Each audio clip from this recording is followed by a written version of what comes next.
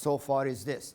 We went through few chapters, specifically chapter 1 to chapter 6, correct or not? And we learned all the detail of state of stress for different scenario. The first scenario with axial force. The axial force is like that, not on the top on the beam.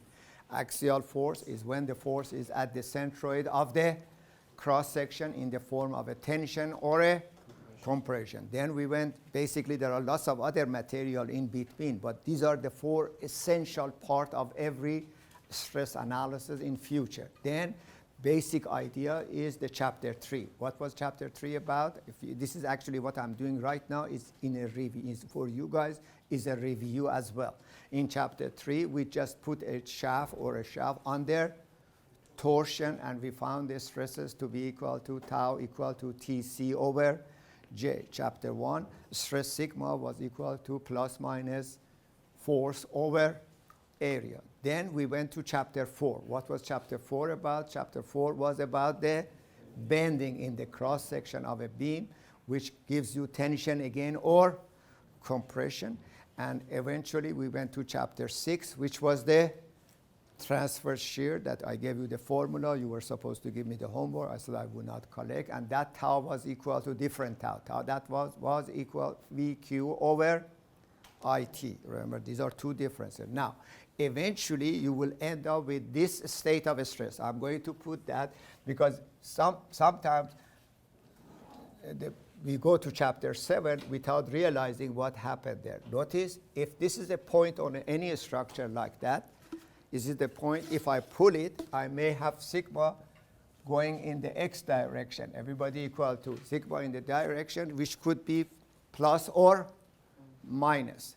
Then if I hold the structure like that, but if I have a plate like that, I may pull it in the x direction, I may pull it in the y direction. Therefore, I may or may not have a sigma going in the y direction. Everybody understand? This sigma is at the result of the axial or at the result of the bending, which I'm going to do an example today to show you one more time. You can consider a review, or you can consider it part of a combined loading, we call it. And then there is a shear stress going that way, remember. So I'm going to put all of this. Notice I put all of them in the tension form. That means it's positive, but usually that's not. Sometimes it's positive, sometimes it is negative, depends what kind of loading you have. Then I may have this kind of shear stress, which is tau xy equal to tau yx. We talked about that before. Xy equal tau xa, and then head to head, toe to toe, which become the following format. So eventually in a 2D problem, actually the object is a 3D problem, but we are ending up with this kind of a stress. Sigma x, sigma y, and tau xy depend what we are going to do. So this becomes like a 2D problem. That's why we do not consider the z direction. We only consider the x and y, but notice there is a z coming toward us, but there are no stress coming from the z direction, so it looks like a plane. So when you look at the body of the car, it's like a plane. This wall is a plane. The surface of this rod is a plane. Everybody understand? This is x, this is y. So we can always express it like that. So far, this is what we do for undergraduate work for this class, to end up with sigma x or sigma y, tau xy. Now, I'm going to do a couple of examples first before I go to chapter 7 to show you what happened, because there is no specific chapter in this book. Some books have the combined stress chapter, which show a few examples. Here, what I'm doing, the same thing. Is that understood? Now, here's an example. I want to end up to something like that. So this is the idea. This is the general format, everybody. So in our problem, usually it's much simpler than that. We may have sigma x or sigma y. One of them, not basically, many times not both of them, but let's see what happened next. Is that correct or not, as far as the structure is concerned? Here is our structure now. Please put here, this is a rod, like this, cut like this, and we are going to go center to center like that. There is a load, I should go down a little bit just to have room there. There is a load here going like this, 6 kips load. And the angle here is 35 degrees, and this distance from that location where the point is to the centroid of this section. The total distance is 8 inches. And this is attached to a wall, which is a fixed support. Generally, if you are a designer, you will go near the wall and find the stresses there, because those stresses become maximum because the distances become the highest distance. Everybody understand that. But we are not there. This is just a practice purposes. So let's say we are here at a section here, which is, again, from center to center here. This distance is 16 inches. And when I make a cross section here, that cross section has this cross section. This is the cross section of the rod, which is looks like a blade. So it is 0.8 inches by 3 inches, the cross section of this blade. And we want to calculate stresses at this point. Let's call it A. Let's call this one point B. I call this point C because C is on the neutral axis, so I call it C. We want to calculate the state of stress at point A, B, and C. A is on top, B is on the bottom, and the C is right on the neutral axis. Now, this is a simpler version of some of the homework, some of the final question that I asked. This cross-section, first of all, is rectangular, so immediately I can find the location of the centroid. Remember, everything has to go to the centroid. Is that understood? Remember, some of you made that mistake, so please do not. When I ask you find the stresses at this point, you don't take the moment of that one about point A or B. You always take the moment about the centroid axis. Remember that. I made that clear before. So therefore, the first thing is first to find where is the centroid. If this is a T section, for example, this requires more time, so you will find first the location of the centroid, so you put your axis there. Is that correct? For this one, the centroid is there, so it's right at the middle, this one. So here it is 0.8 inches. This is, I said, 3 inches. So therefore, it is 1.5 inch, 1.5 inch. Is that understood? Yes? Because this is the rectangular cross section. Then, in order to do this, you have to go back, look at all. This is a review. You have to go first to chapter, homework number 1. What was I asking in homework number 1? Which many people miss here. Suddenly they want to jump into stresses. Don't do that. Write down in your note. Always draw the internal forces first for this type of problem. Before you decide which chapter is applicable, you have to decide what kind of internal action you have. That was homework number 1. Remember, I gave you at least 4 or 5 or 6 problems asking you to find internal forces or moment or whatever it is there in order to determine later on what kind of stresses are due to those. Is that correct or not? So this is the same principle applied from now on to any structure. Sometimes we need to find for example, if you have a beam like this, I'm going to do one problem like that. And I want the stresses in this section here. Obviously, I need the value of reaction. Everybody understand that? Otherwise, how can I find the forces there? But in this problem, I do not need this because this looks like a cantilever. So if I cut it here, everybody see what I'm talking about. I can find all the internal forces there because this system is in equilibrium. So look there for your static part. Do not go too wild there. Just try to find out what okay? Why did you put it in angle? I drew it wrong. You put the cross section in angle. I just want asking why. So this is the vertical cross section, which is showing this cross section here or that cross section there, but we are talking about this cross section. Now, in order to show this a little bit bigger for you to be obvious, I'm going to show this a little bit bigger underneath it. Here it is. This is the same 3 inches. The distances are given there. Now, this is point A, this is point B, this is point C. I show it like that to looks like this. Everybody understand that? So these are the points we want to find the state of stress, correct? Now, before I do that, again, this is point A. Okay, you see that. This is point B and this is point C. And I have to find out there. Now, here, before we do that, I have to break that into 2 component. It is easier. So therefore, let's put the number there.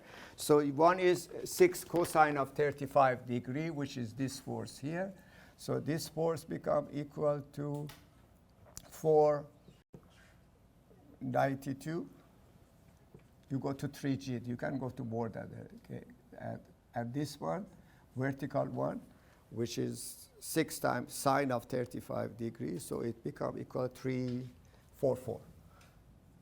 344 kips. These are all kips. So these 6 kips reduce to that. Now I have to go to this section and determine all my internal forces, which is I'm going to put in blue, and find out that do we have an axial force there? So don't use the sigma fx, sigma fx. This type of problem does not require using all the equilibrium equation. There is a force going to the right. There must be a force going to the left, but you have to put it at the centroid. Remember, everything goes to the centroid. So that becomes chapter 1. Yes, axial load with the value of 4.92. Now, everybody remember what happened there. As the result of this, you have stresses distributed from top to bottom uniformly in the form of tension. Yes? Okay, that's number 1. So there is I call it N because I don't want to call it P. People make mistake. P was here. N is different from P. N is equal to 4.92. That's the normal. So you want to determine this first. So your normal force for this problem is 4.92 kips, and it is in tension mode. Is that correct or not? Yep. Then we have to calculate. Let's start with the static, because in static we go sigma fx, then we go sigma fy. There is one force going up. Notice if there were more forces here, like a beam, I have to add it up. Remember, that's why we were doing in shear and moment diagram for. Here it is not required because there is only one force. Is that correct or not? So one force going up, one force will be going down in the cross section. So what is that? Is this what? What's that? Come on, guys. You just were retaining a bunch of homework to me. That's the shear force in the section, yes or no? Which result into exactly what you were handing up to me. VQ over IT. That's chapter 6. Is that correct or not? The shear force. Everybody see that? Is there a shear force there? Yes. The shear force is not, tau is not equal to force over area. The distribution of the force, remember, on the top is 0, on the bottom is 0 on the neutral axis, but that is, hopefully that was the homework you were giving me. I hope you are paying attention to the homework. You are not copying it from solution manual. Everybody see what I'm talking about. If you were doing the homework, that's what you were supposed to give it to me today as a homework, yes? So there is a shear force. So this is chapter 6 now. Is that understood? Although in static, this is Fy, but this is not external. This is internal, is here on the other side become equal and opposite. That's the shear force. The shear force is the value of, in this section, it is equal to 3.44 K. And it is going down because first, I cannot yet tell you whether it's tension or it is plus or minus. It is a force going in that direction. Yes or no? Do we have a moment there? Yes. Of course we have the moment there because this is not in equilibrium. Now, taking the moment here is up to you. You can find all the action here and then reverse it. Is that correct or not? So this action is going this way, correct. The opposite to that will be that way, yes or no? Therefore, let's do it that way. So I'm going to go like that, which is the clockwise. I'm calculating this in clockwise direction. So I have 3.44 times what? Times 16. This is 3.44 times 16. The action is going counterclockwise. The reaction to that will be clockwise. So that's what I'm putting it. These are going clockwise. Is that correct or not? However, this is not. Usually when I give this kind of problem, people make a mistake in the static. They forget about this one. That one also created a normal force, but also has a moment about that point. Is that correct or not? Do not forget that one. Make a note of that one. So when you come up with that, be careful that your static is correct. So both forces have moment about that section. Correct or not? Not on the A, not on the B, just on the neutral axis. Those are the distances measured. Look where I put the 8-inch. I did not put H on top of that. Is something else. That we'll talk about it in a minute. So here at this point on the centroid is the question. So this one going clockwise, therefore I need a counterclockwise, so it becomes a negative. Negative of what? 4.92 92 times 8. Is that correct or not? So eventually it will end up to be equal to 15, this is by hand, 1575 kips inch. So please follow the unit. Sometimes it's kips foot. Is that correct or not? Yes? Which chapter did we cover that? That was in chapter 4 and chapter 5. Yes or no? The bending action. Correct? Yes. So that's it. This is chapter 1. This is the static. Remember, if you would put your M counterclockwise, the answer would have come minus 15. That means it is in this style. I've just simplified for you. Is that correct or not? Yes? Now we want to calculate the state of stress at point. I'll put it here. All three of them, guys, under each other in order to cover the same thing. Notice I need sigma x, I need sigma y, and I need tau xy in general. But this is much simpler. But if it happened, all of them, we put it there. Is that correct or not? So is there a sigma x there or not? Where is the x direction? First of all, the x direction, let's assume your x direction. Let's assume this is x, this is y, and z. We don't need the z. Is there a stress in the x direction? Come on, guys, you are looking at surprised. This is something I don't have to explain to you guys. If this is the tension, is this the tension, chapter 1? Yes? Which direction is it? Perpendicular to the cross section. Perpendicular to the cross section is x. Yes or no? So there is a sigma x. This is point A. The sigma x, this is what I'm doing for point A. Then I'm doing for point, let's say, B.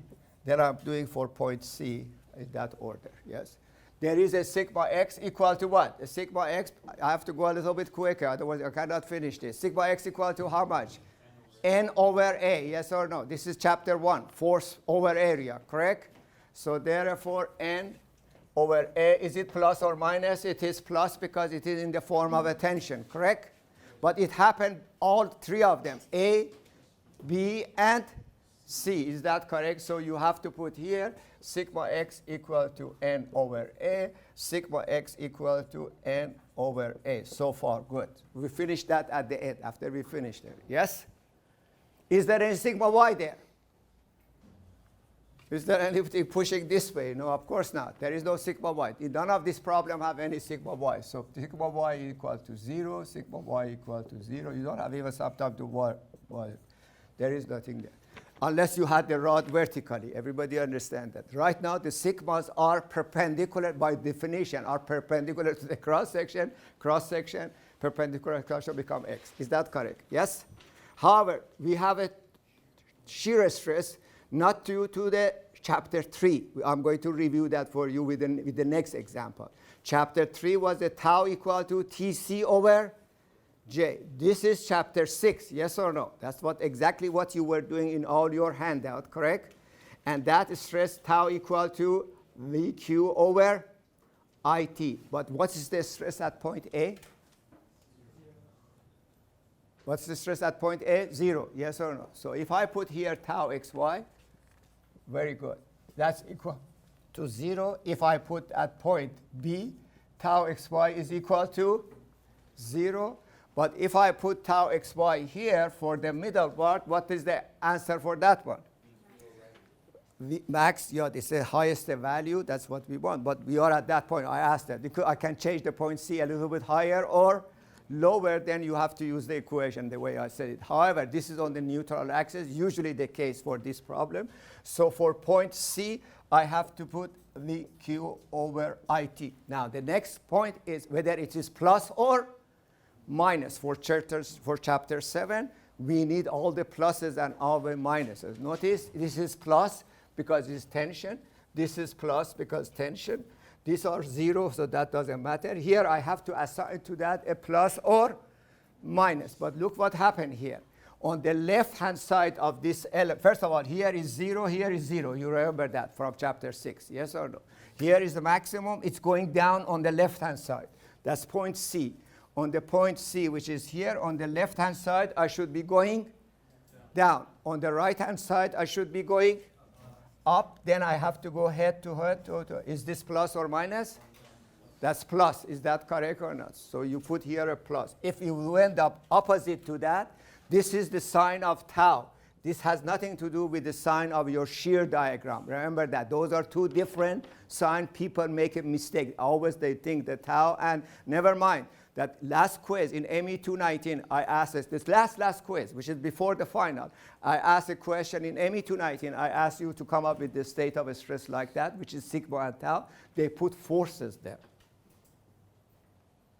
Forces. They put T there. They put P here. V here. Yeah. So those people have to repeat the entire strength of material one more time. Everybody, although they are in 219, are not going to pass. Is that understood what I'm saying? That state of stress is the sigmas or tau. Is that understood? Yes? Forces had nothing to do. Forces causes the stresses. We spent 9 weeks trying to tell you what is the result of this, what's the result of this, what's the result of that. Everybody, and now here is the putting it all together, adding every stress together at the same time. Therefore, this is plus anyhow. Now, the only thing is left is the bending. Notice I'm looking at this as if they are individually acting there. Chapter 1, this is chapter 6, this was chapter 4. Now, what's the action here?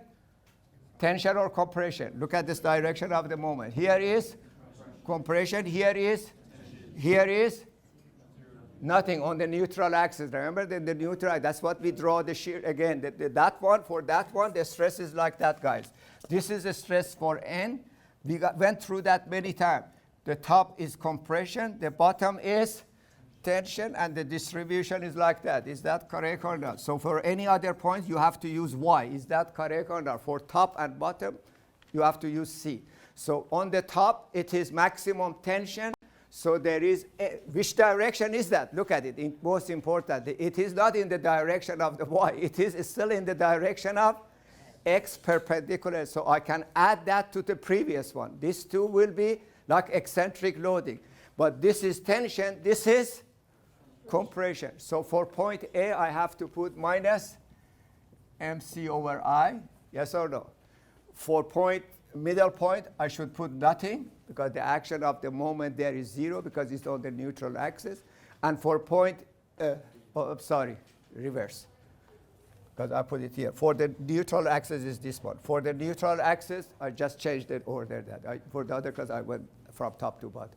So from the lower one is maximum, and the middle one is 0. Is that correct or not? And the lower one will be in tension, so it will be plus MC over I. See, then you don't have to repeat that. These are adding and subtracting. All you need now is, now we find the internal forces. These are the stress distribution. Everybody understand that? Yes? Correct? And then what we need to do, only calculate the areas, and that's something easily you can do. Area equal to 0.8 times 3, or 2.4 inches square. I, because we don't need the J, we need the I. I is the moment of inertia, because with respect to the neutral axis, this is the neutral axis. So it is simply equal to 1/12 of base, which is 0.8 times height, which is 3 to the power of 3, 1/12 of base height cubic. And that one becomes 1.8 inch to the power of 4. So you have all the numbers there. You have the area, you have the I, you have the M. Everybody see that? Yes, you just put the number together.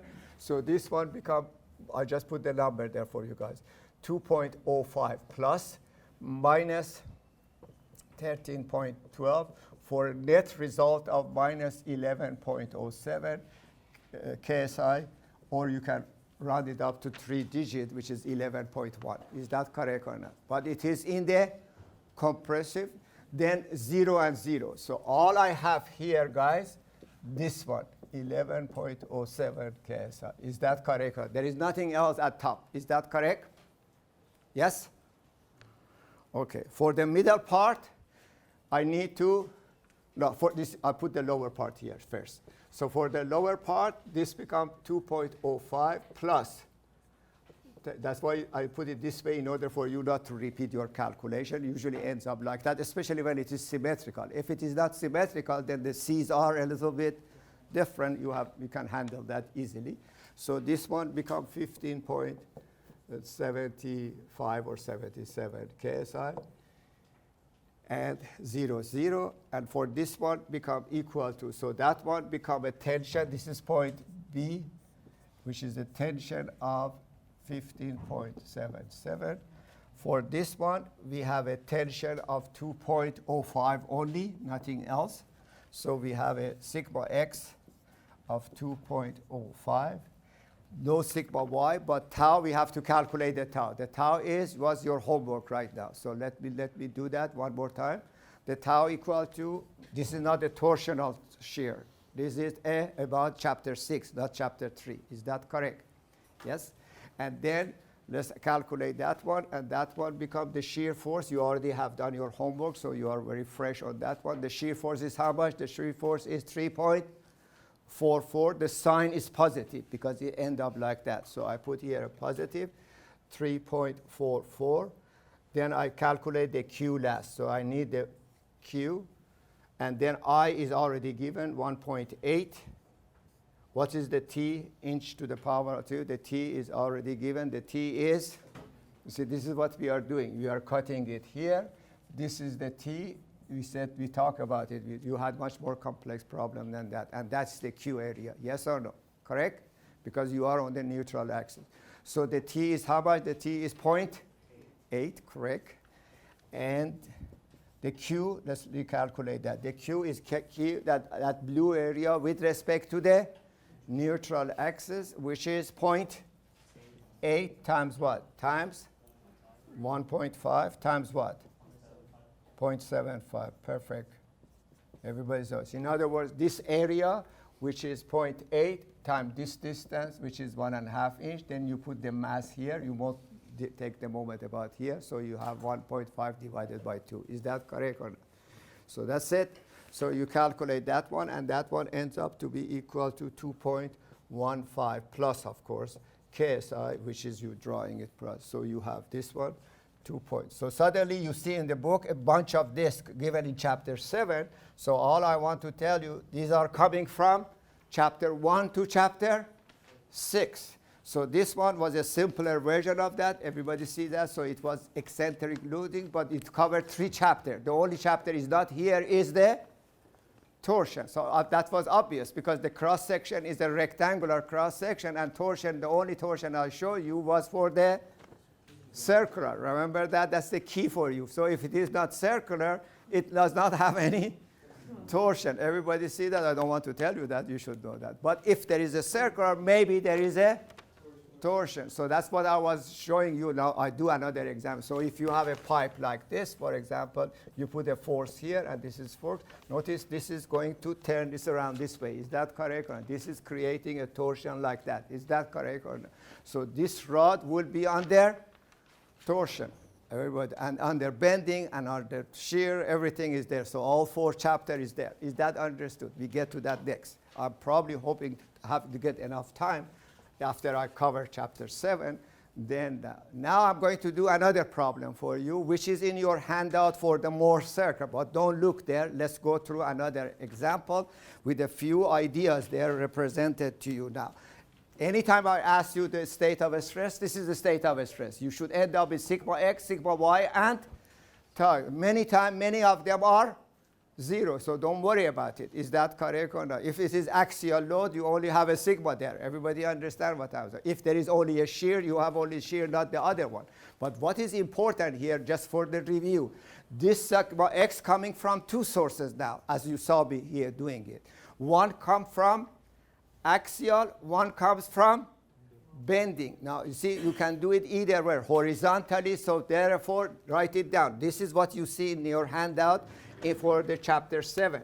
Every sigma that I put there, I don't want to call it x or y, because sigma x or sigma y, both of them, will end up to be plus minus n over a, which is from chapter 1. Notice I can hold this one horizontally, n is this way, bending is this way. I can hold this vertically, then sigma is in the y direction. Everybody understands, but that does not change the nature of the system. Either sigma x or sigma y could be, I put only sigma x here, and plus what? Plus minus mc over I. That means chapter 4 and chapter 1 are at the same type. They may be adding together. Is that understood? Yes?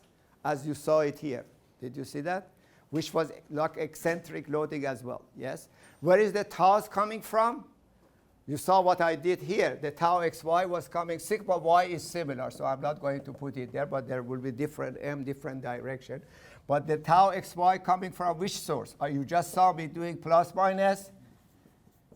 Is there another source for the tau? If I put this here, remember I showed you last time, if I put here a torque here, there is a shear stress going this as well, because the shear stress was going like that, yes or no? I have to put it upward or downward. So this one coming from two sources. This problem had only shear chapter 6, but did not have chapter 3. Is that understood? So therefore, the other one that I maybe sometime have to add to this one, this is plus minus TC. Notice these are apple and apple, orange and orange. What you cannot do, add these two together. If I see anybody adding sigma to the tau, that's a no-no. Do you understand what I'm saying? That sigma are perpendicular to the section, taus are in the section. One is due to the vertical, the other one is due to the torsion. Is that understood? I'm going to do a torsion right now. Is that understood what I'm saying? That? So therefore, be careful.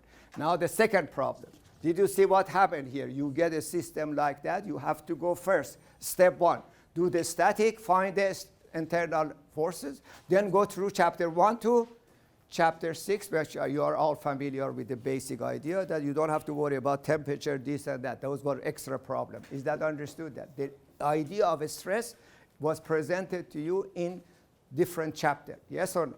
Correct? Now look at this one. This one is a drill pipe. Don't look at your handout. I put it there for purposely there. This is the second handout, basically starting with chapter 7. But before I start chapter 7, I want to get to this point, everybody, for this problem. Now, what is the problem is the drill pipe. So let's assume here there is a drill pipe here. Could be any length.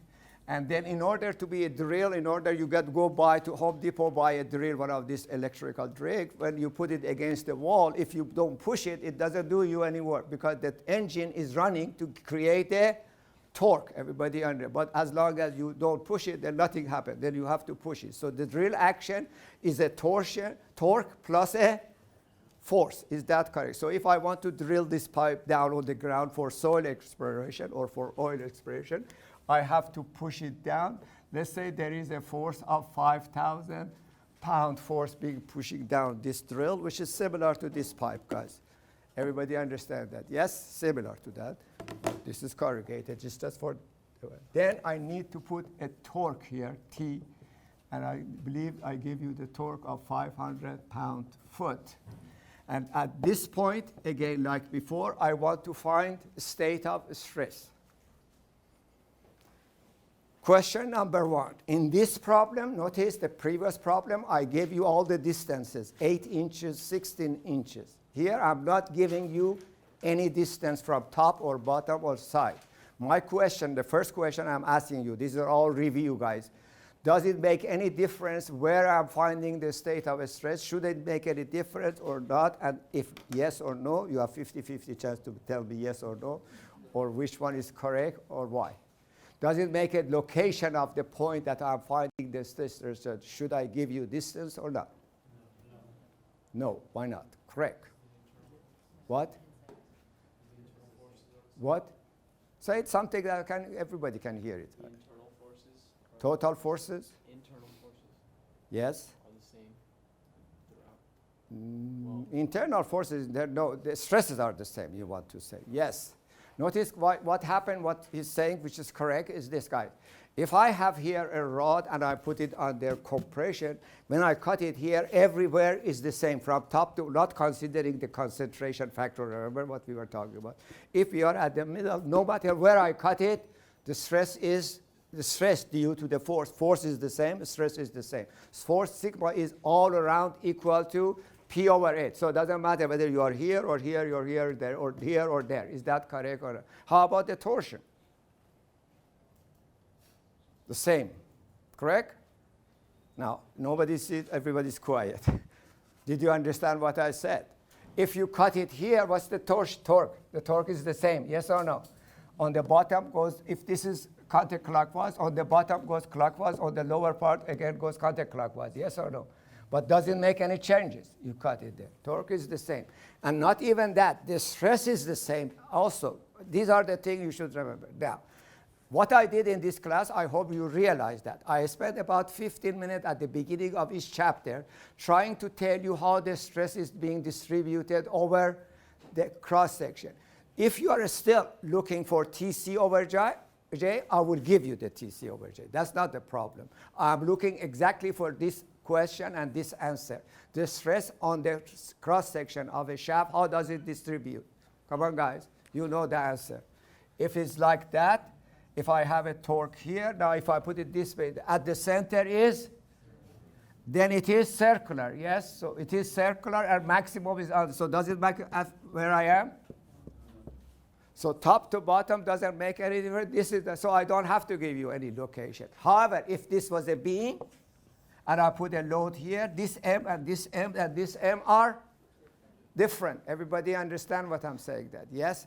If I put two load here, one P1 here, one P2 here, here the shear is only P1, here the shear is P1 plus P2. That's what we were drawing shear and moment diagram. So each problem has its own scenario. Yes, here does not make any difference because everything is uniformly the same. Is that correct? So I am outside of the shaft. Sigma is tau is tau. Is that correct or not?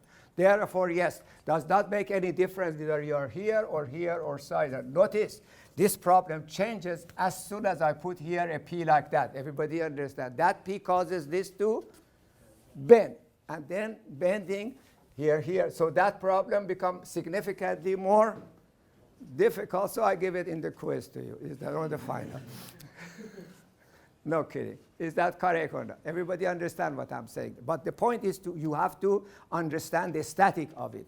And people usually who are good in a static will grab this quickly. Is that understood? Yes? So I cut it here. I have the same T, the same P. That's what he was saying. I cut it here. I have the same T, the same P. And on the cross-section, doesn't make any difference because it's all the same on the outside. Yes? All right. Now, how much stress do I have here? All I have to do, make a cut here, look like this. And here is my shape like that. And this is my point. Is that correct on the outside? Yeah. No. What's the internal force here? The internal force, this is your N, which must be equal to the P. Yes or no? Correct? Yes? And you have a torque like that. The same thing happened because it's all the way the same. Notice I'm showing the lower part. Now, don't get confused.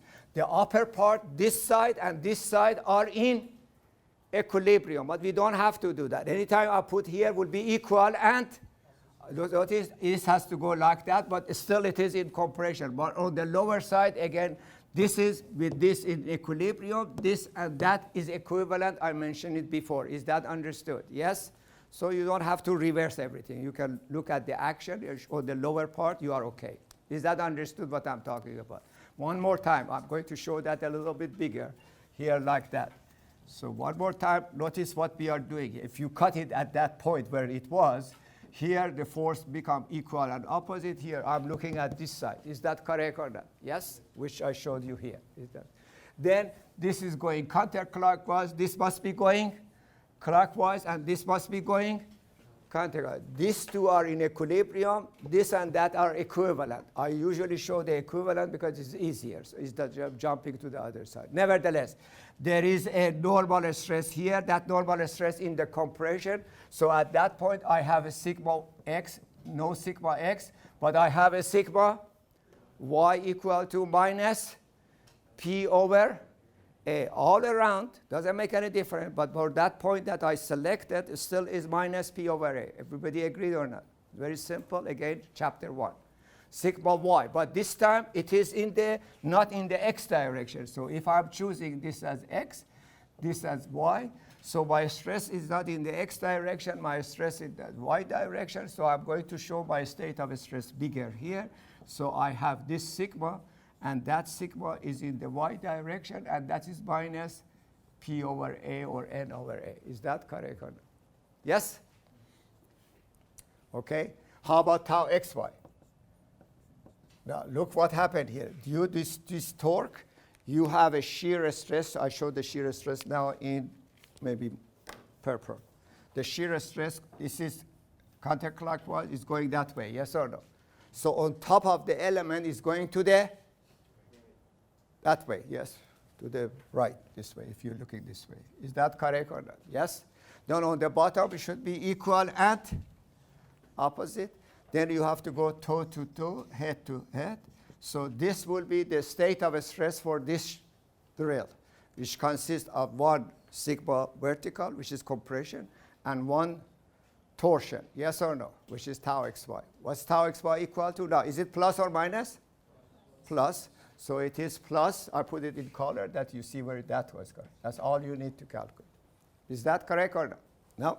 Now, in order to calculate area or the J, you need to know the cross-section, like here. Is that correct? I did not give you the cross-section. Now I put the cross-section down. Of course, the cross-section is something like that. It is a hollow pipe. But I have seen lots of mistake there. So for this problem, please write it down. I have to give you the cross-section of the pipe. The cross-section of the pipe, obviously, is, I didn't show you it here, but it is like that. So, but it is a hollow. So therefore, it's like this. And outside diameter is 2.5 inch. This is the way I gave it to a student, at the thickness of 1/4 of an inch. But I saw many mistakes in calculation of the area. I don't know why, but it happens all the time in every class. So the area actually is, if you are using diameter, first of all, be careful here. Many people use one thickness.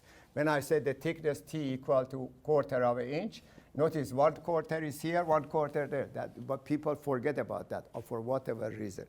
So outside diameter is 2.5. Inside diameter actually is 2, because you have to subtract 2/4 of an inch. So it becomes, and then based on that, you can calculate the area, which is very simple. So we calculate the area. This is problem number 2.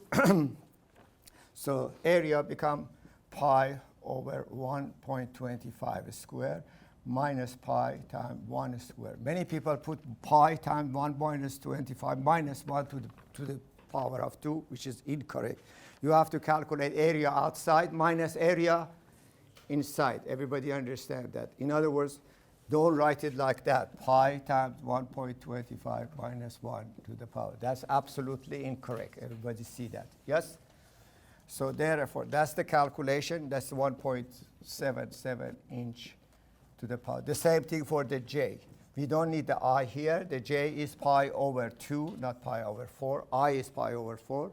So this is 1.25 to the power of 4 minus pi over 2, 1 to the power of 4. And that one becomes 2.26 inch to the power of 4. So I have everything here calculated, so I don't have to put here. Just be careful.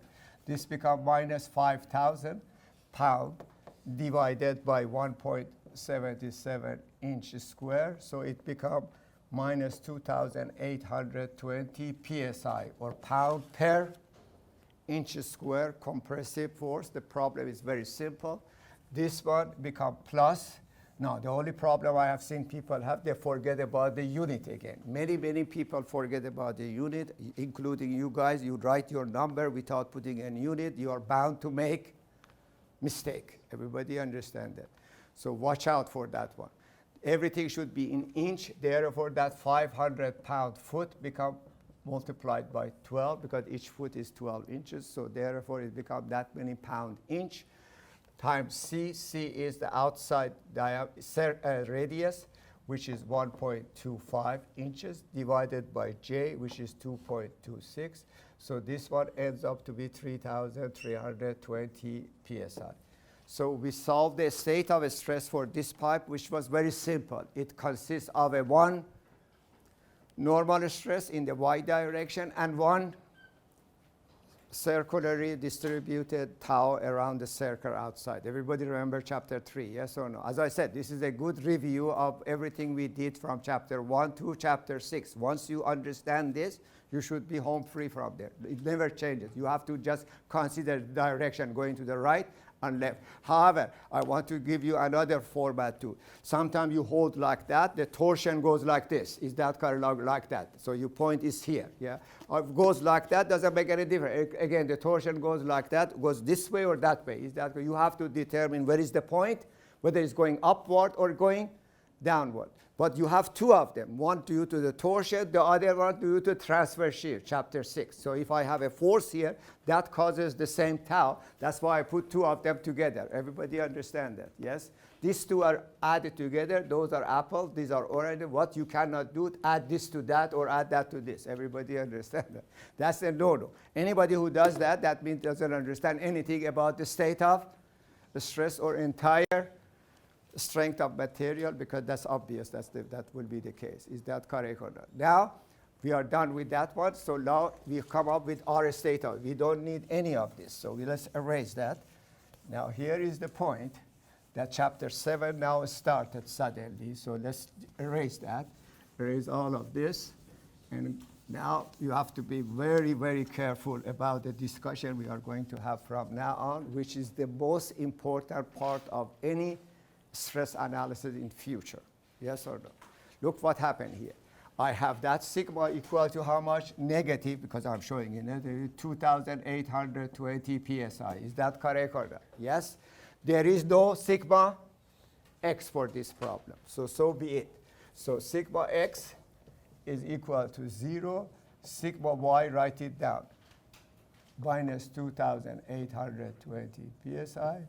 And tau xy is equal to 3,000. This is a state of stress, but happened to be for the pipe. Those state of stresses was for that problem. Everybody understand that? And suddenly in chapter 7, you see a bunch of this square with the stresses on there.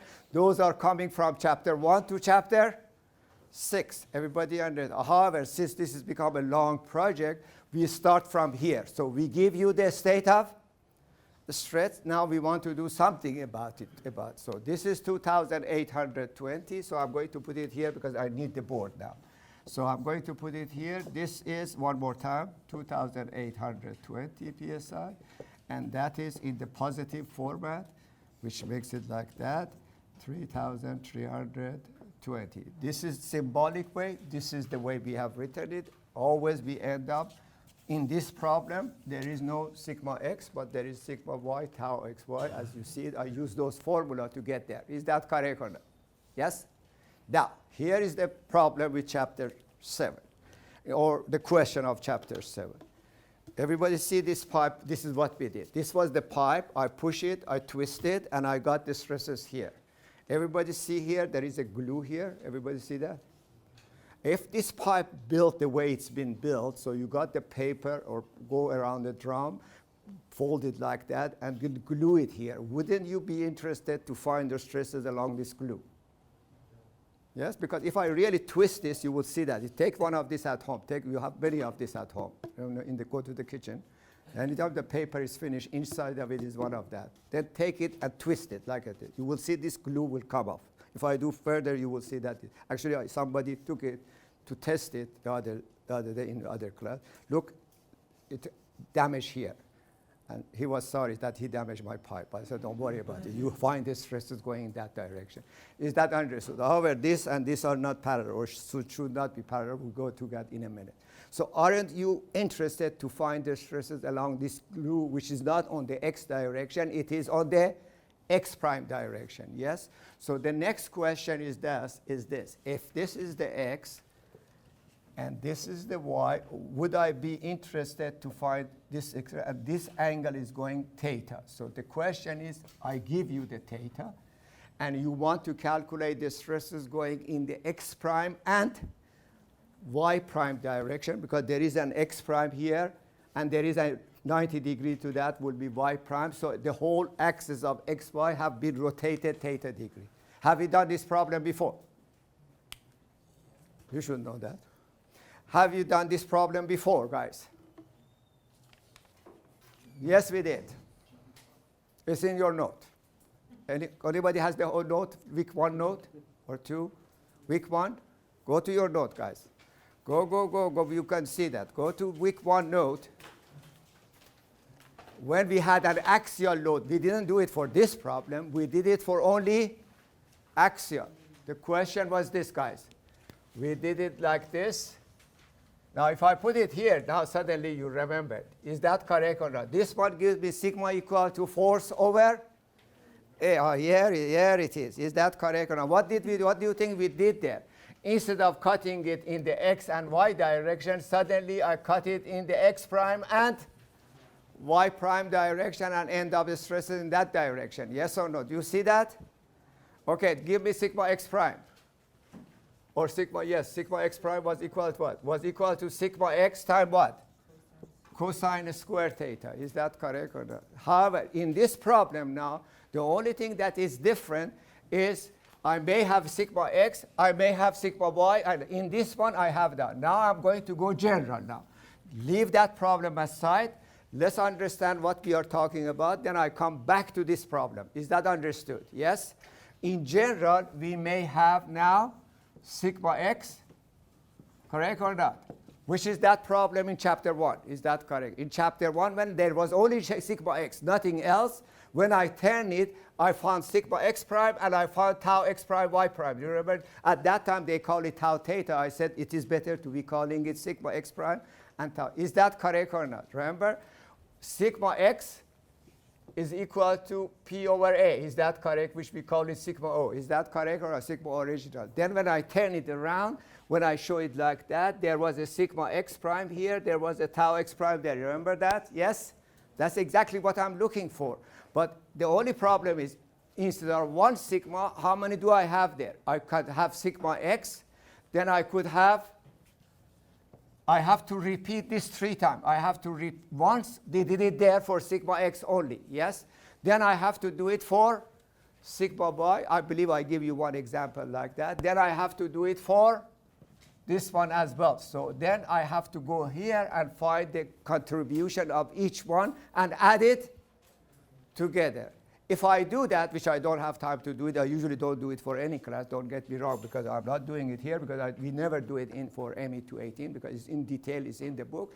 We find for this problem, which has sigma x, sigma y, and tau xy, that problem only had sigma x. Do you see the similarity? So that procedure has to be repeated 3 times, once for sigma x, once for sigma y with the same format that you did it, and once for tau xy, and then add it together. This is what you get. So sigma x prime become equal to sigma x cosine square theta, which look exactly what you had there. Everybody understand? Because that's the effect of sigma x. For sigma y, all I have to do, turn my angle 90 degrees. So if I turn like that, cosine becomes sine, sine become cosine. So the other one becomes sigma y times sine square theta. Then the effect of tau xy together, added everything together, become 2 tau xy sine theta cosine theta. This is the effect of tau. This is the effect of sigma y. And then look at this problem. Listen to me carefully. In this problem, if I put sigma y 0 and tau y xy equal to 0, look, all of this disappear. You get that one. Everybody, that was one individually we did. This is 3 of them together. Understood? However, that's it. You use this equation. And there is another one for sigma y prime, which I'm not going to put it here. And then there is another one with tau x prime y prime, exactly like that. Then you add the 3 of them together. So I give you that formula as well. So in order not to make any mistake on the sign, because we never use it in this format, but let's put it there. So that one, it becomes sigma x prime become equal to minus sigma x minus sigma y sine theta cosine theta, which you see it there actually. You see that's sigma x sine theta cosine theta. Oh, I didn't put it there. Actually, when you put here, it's become sigma x. We did it before, sine theta cosine theta. So this is the effect of sigma x, and it is there. Sigma x sine theta. This is the effect of sigma y, and that's the effect of tau xy. Equal to cosine square theta minus sine, yeah, that's right, sine square theta. This equation given in your book, I believe, page. Now, everybody should go to the handout. I don't have extra handout. Everybody should go to the handout to understand what we are doing. The handout is explaining all of this one more time. It is in your book. It is in your handout. But in the handout, it is condensed. But the result is very important. So if you go to page 1, 2, 3, let's go start, everybody. I'm sorry, I don't have extra handout. Start with the Mohr circle, page 1, which is the state of stress. We talk about it. These are the internal forces. I show you all here. Just take a look at it. This is just a definition, because this, as I said, you keep these pages for yourself for future. It will going to help you. This is the state of stress, internal forces, due 2D and internal forces 3D. We talked about it before. Then there are a couple of 2, 3 samples here of how to find the state of stress for different problem, but this was a seminar, so therefore people who were there, they understood all of that because they were teaching a strength of material, so therefore we go there. And also these are another version of that one. And then you go to page 5. On page 5, this is the drill. I just showed them the brief how to calculate the stresses. For you, I went to the detail of it, but this is show the stresses in the drill. Then we go to page 6. This is what I was talking about. This is for this one in chapter 6. The second one is for torsion only. And the last one is all together, 3 of them together. And you see those formula there. Do you see these 2 formula I put here? This one and that one in page. The only problem is that somebody with the name of Mr. Mohr didn't like the formula like that, and he changed it. So the way he changed it is the following. Please keep this one. Now, the way he changed it is the following. So there is a reason for it. I explained that to you on Thursday lecture. But here what he did, everybody knows that 2 sine theta cosine theta is equal to sine of 2 theta. Everybody see what I'm talking? He changed the following.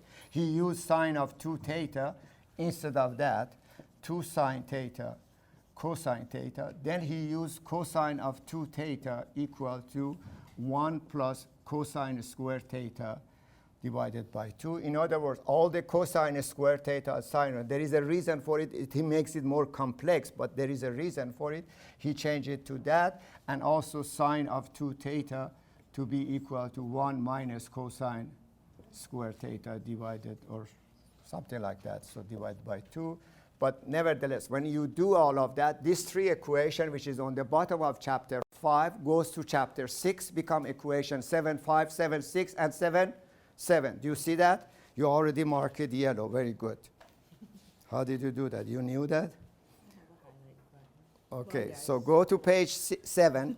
Everybody, you see those 3 equations? Yes? These are the same equation I have put there, but in different format. So what is important right in front of you? You should make all in color. Those are equations to be used. Look, I said here, this homework is by equation. Everybody understand that. This one is more graphical. Hopefully I get there. If you want to use the equation for this system, these are the equations. 7, 5, 7, 6. I hope you don't try to remember those. Nobody remembered that. Is that understood there? You use these 3 equations to calculate the stresses at different direction.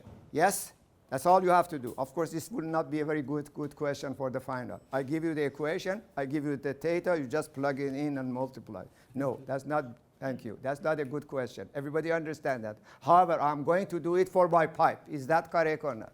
So instead of these 3 equations, please use always the equation. Write it down in your note. Use equation 7, 5, 7, 6. These are reference to your book because this is the same number in your book. That's why I match it with your book. Equation 7, 5, 7, 6, 7, 7 gives you the stresses at any other direction. Now, what we want to do, guys? We want to calculate the stresses in this direction. All I need to give you the angle, like that problem. I gave you 30 degree, 35 degree, 25 degree. Yes or no? Let's calculate. This is the question. For the drill, I'm going back to the drill now. This was the idea I presented to you. Why these 3 equations are important? Because those 3 equations are the stresses at any other direction except x and y. X and y is the one you calculate. And of course, everybody knows by now, those stresses are totally different. So these stresses here will not be equal to x and y. The question is how much changes is there. So we'll find in a minute. So let's do it for our drill. So sigma x is 0, sigma y is this, tau xy. I'm using equation 6.5. Everybody should look at equation 6.5.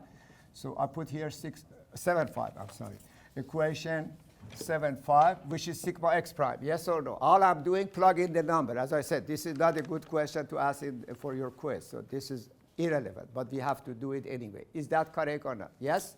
So what's sigma x? What's the equation? It says sigma x plus sigma y divided by 2. So sigma x is 0 plus sigma y, but be careful here. Sigma y is not 2,820. Sigma y is minus. So you have to be very careful about minus. So divided by 2.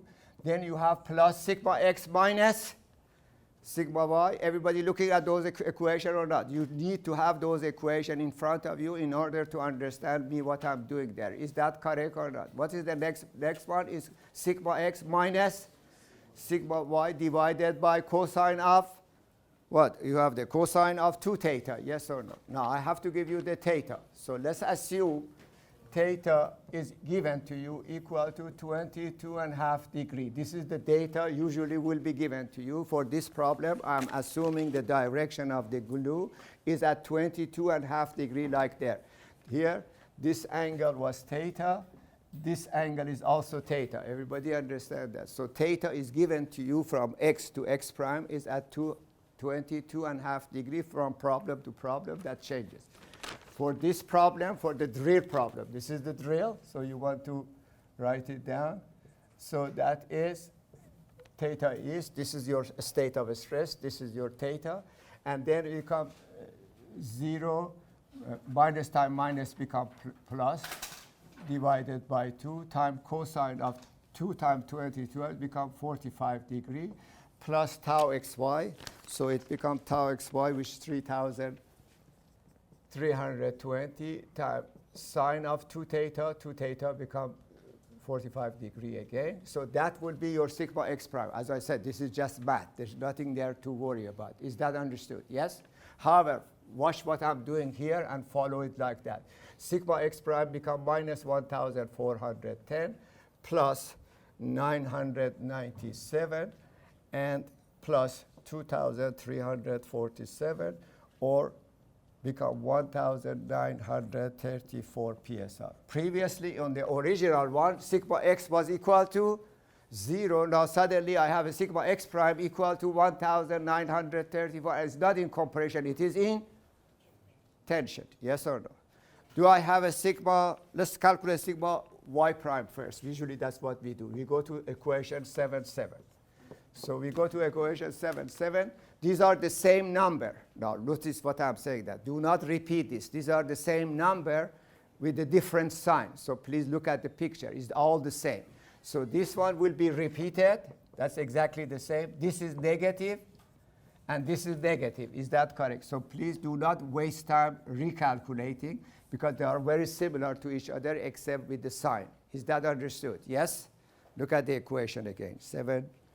This is sigma x plus sigma y, that's sigma. Then this is minus, this is plus. This is plus, that's minus. You see that? Yes. So it's exactly the same except the sign changes. So do not waste time recalculating. Use the same number with difference. This one stays the same. This 2 changes the sign. So therefore, the number become minus 4,754 psi. And finally, tau x prime, y prime. Again, remember, this is the combination of whatever you have there. It could have been only one sigma x that will go back to that. Everybody understand? But we never do that because this is a much more complex problem. So use the last equation is the same thing as well. So that's minus 997 and plus this part, plus 2,347, minus that, plus that. So it's all repeat. When you calculate in the first one, the second one are repeat, and third one are repeat with the different side, sometimes plus. So that one become 1,350. Notice everything changed. We went from this system to this system, which I'm going to show you blue now. So what we end up here is this, guys. The stresses in the x prime, now you have to show your element in the x prime direction and the y prime direction. Yes or no? How much changes? This is why this chapter is called transformation of stress. We went from x and y to x prime and y prime. And look what we end up here. In the x prime direction, we end up with a tension of how much? 1,934. Before here on the x, there was nothing there. On the y prime is the worst. On the y prime, we end up with compression of 4,754. So that we have a compression of 4,754. Is that correct? And in the shear direction, we end up with a positive. So I'm looking at x prime, phi prime. Positive should go like that. Is that correct or not? The same format, yes? So that's the positive. Remember, that was the positive. So this should go equal and opposite, and toe to toe, head to head. And that value is 1,340 psi. See, we went from black into blue. So that was the blue idea. Is that understood? Now, the next is obvious. Of course, the stresses keep changing, yes? So if you look into this scenario, which one is more critical for this pipe? If you were a designer, you want to say, okay, I calculated about x. What is your maximum stress? The maximum normal stress is 2,820. If that is less than sigma allowable, you think you are safe? Look at this number. This is much larger. So the stresses that you calculated in the x, y are not the highest stresses in this structure. Everybody understand? As soon as you turn it around to 1 degree or 5 degree or 20, in this case 22.5 degree, it is the fact that the stresses totally changes. Look, something happens, so it is give and take. The normal stresses keep increasing, but the shear stresses keep decreasing. So there is a balance there, but we don't know how they are changing. Is that correct or not? So whether you as an engineer, when you want to design this pipe, okay, I cannot design it for 2,820. I have to design it for 4,700 because 4,000 is twice as much almost. Is that correct? And I cannot design it for 1,350 shear. I have to design it for 3,320. But none of them are guaranteeing the highest value of that. So the next question, sorry. The next question we want to answer is, where is sigma max and its direction? In other words, in this scenario, I may go 25 degree or 30 degree, find it. Is that correct or not? Yes, but we haven't found it yet. Then I want to calculate tau max. And I have always my water, but I never get a chance to drink it because I talk all the time. Sorry, guys. And that's why I lose my voice. So at the end of the voice, it becomes worse and worse as we go there. Everybody understand what I'm talking about? How do we end up to the highest value, which become the issue for the design? We are not a designer yet. You design the rest, but more circle become the most important part of it. How much time do I have? Can I give you the 5 minutes? Yeah, okay. Now, what Mr. Mohr did is interesting. You see that three equations, 7, 5, 7, 6, 7, 6? You would never realize by looking at it. Look at it one more time, please, everybody. Would you believe it that those three equations, if you eliminate theta from it, it becomes a circle? If those three equations become a circle, then the circle showing all the stresses. Look what we have to do here, guys. In order to find the maximum stress and maximum shear, all I have to do, take these three equations, plot it between theta from 0 to 180 degree. Because when I do that, my x again become x. I don't have to go through it. So you have this age of computer. During the Mohr circuit, there was no computer. During my time, it was no computer. We have to use a slide rule to add and subtract. You know what the slide rule is? 2 pieces of wood we put in. 200 times 250 is approximately a number we get there. Everybody understands. The rest, we have to do it by hand. But that's the fact. So therefore, he came up with the idea of this making these three equations into a circle. And if it ends up everything, let's see, if I draw all of this, let's do it, let me repeat myself. One way of doing it, take these three equations of 7, 5, 6, 7, 6, and 7, 7, and do it for every 1 degree. Everybody under that. And as you see, it is keep increasing. Just pick the highest. But the fact is, if you go between 27 and 28, somewhere between the 27 and 28 could be highest. Everybody, you have to go another half a degree. Then you have to keep repeating this 100 times until you get the real maximum. However, if we turn this into a graphic picture, that picture will show all of it. It shows the highest value, the lowest value, everything is there. That's what he did. Now, before I do that, I want to ask you a few questions. So this is it. So this is the result of chapter 7, turning this equation into a simpler format. So I ask you this question, guys. So I need the board. Just give me a couple of seconds. Okay. What's the equation of this circle? If this is x, this is y. This is what I put in my handout too. Everybody knows. What's the equation of that circle? Don't look there. Come on, give it to me. That's calculus. What's the equation of that circle? You don't know the equation of that circle? Center is here. Come on, guys. You know much more math than this one. Is that my? Am I hearing right? X squared plus y squared equal to r squared. Yes or no? I was hoping that everybody jumped at it. So x squared, you are afraid, equal to r squared. Yes or no? So that's one circle. I don't want that one. Actually, that's why I want that circle. If it is this circle, which is at distance a, what's the equation of that circle? Come on. All I have to do, change x to x minus a. Yes or no? So the equation of that circle is x minus a to the power of 2 plus. Guys, when I was asking this question a few years back, there were not any person who cannot answer that question. Now you are all quiet. I don't know, you are just either the bashful or you don't want to commit yourself or you don't know that answer. If you don't know that answer, that's not good. These are basic calculus. Is that understood? Yes? So the equation, of course, this circle is symmetrical with respect to x. Everybody understand that? Now, this is x and this is y.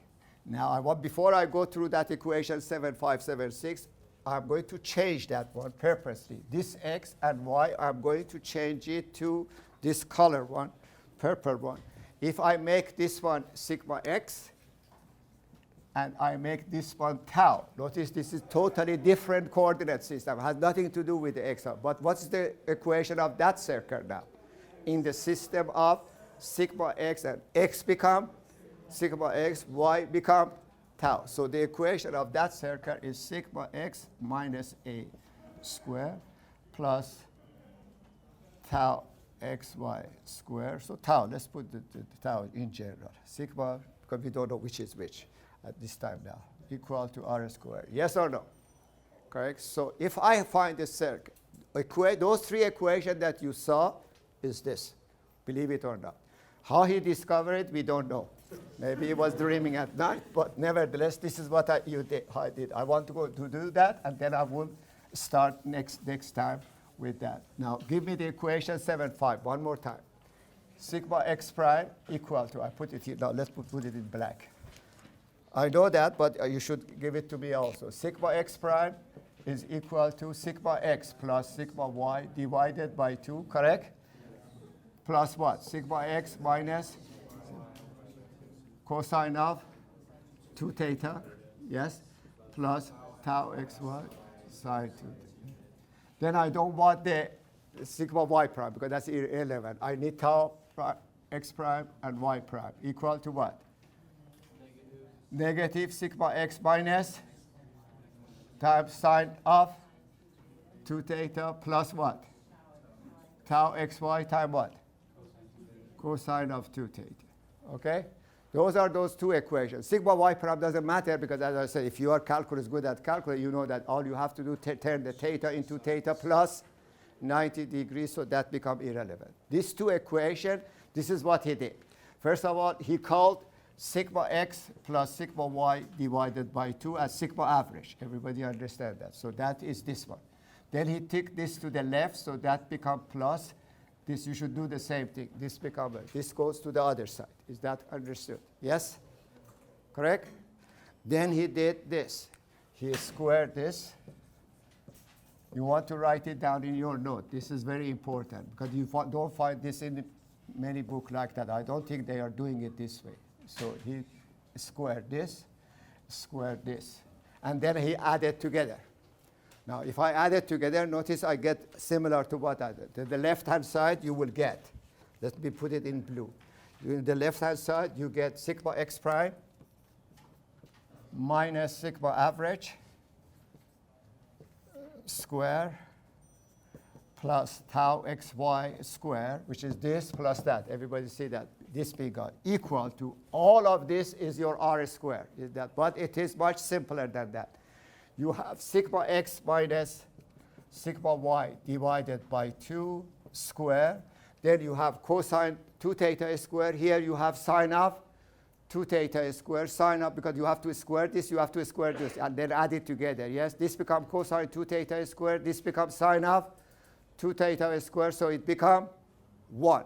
Then you do the same thing here, plus, so this square and this square become 1, so you don't have to worry. So you get this square, cosine 2 theta square, sine 2 theta square equal to 1. Then plus tau xy square, again, sine 2 theta square and cosine 2 theta square, that become equal to 1. Then you have 2 of this multiplied by 2 of that, but they cancel each other because this is plus plus, this is plus, and minus 2 of that and 2 of this, they cancel each other. Is that correct? So that's your R. So that's it. This is your circle. So if you draw, this is sigma average. That's all you need. Where is sigma average? Sigma average is here. This becomes your sigma average, yes or no? Then you calculate R. So how simple this becomes. You calculate first. It is so simple you would not believe it. Sigma average equal to sigma x plus sigma y, thanks to Mr. Mohr.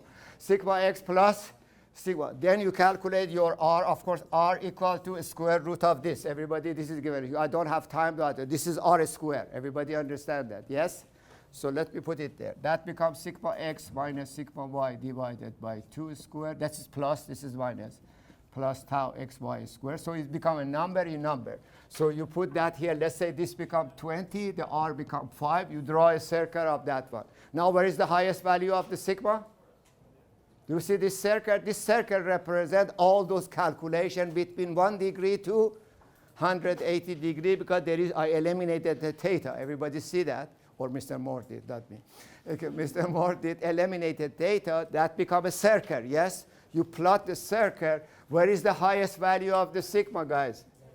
That one, which is sigma average plus R. So sigma max, write it down. Because we wanted to answer that question. I wrote it here. Sigma tau max and sigma max. Is that understood? Sigma max equal to sigma average plus R. We call this one sigma max. And this one is sigma minimum. So sigma minimum, there is always one, which is sigma average minus R, or we call it principal stresses, please, guys.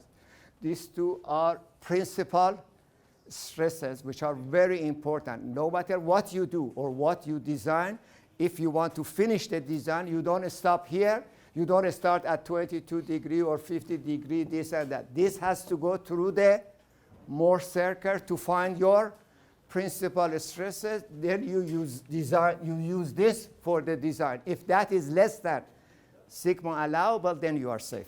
Not the one sigma x. That's why if you have a plane here, you will crack. The crack never start at the x and y. Start always at an angle. Yes. Where is the, don't go there. I have still 1 more minute to spare. Sorry that I have to finish it. What is the maximum shear? Is this the highest point? See here, any point here that has a sigma and has a tau. Look, this is sigma versus tau. Yes or no? Therefore, I don't have to put here. Sigma versus tau. This point gets the highest sigma. This point gets the highest tau. Is that correct or not? Actually, the tau max, write it down. Tau max is equal to R in magnitude. So therefore, this is the way we're doing it. We draw the circle. We find the maximum. The only thing I haven't questioned yet, where are they? You see, I found the magnitude of them. Look what happened here. I give you this number. You put it in this. You don't put it in there. You put it in this. You calculate sigma average. You draw the circle. You end up with this point, that point, automatically in. However, where are they? Are they at 10 degree? Or they are 15 degree? That's the question we are going to answer next time. Don't forget that. It is in your handout. You want to read about it a little bit further. If you wish that, I'm going to do that. And after that, I'm going to do a couple of examples. Everybody understand that? That will be the end of discussion. But the Mohr circle is the most important part. Every design should end up with a Mohr circle. Good. On those other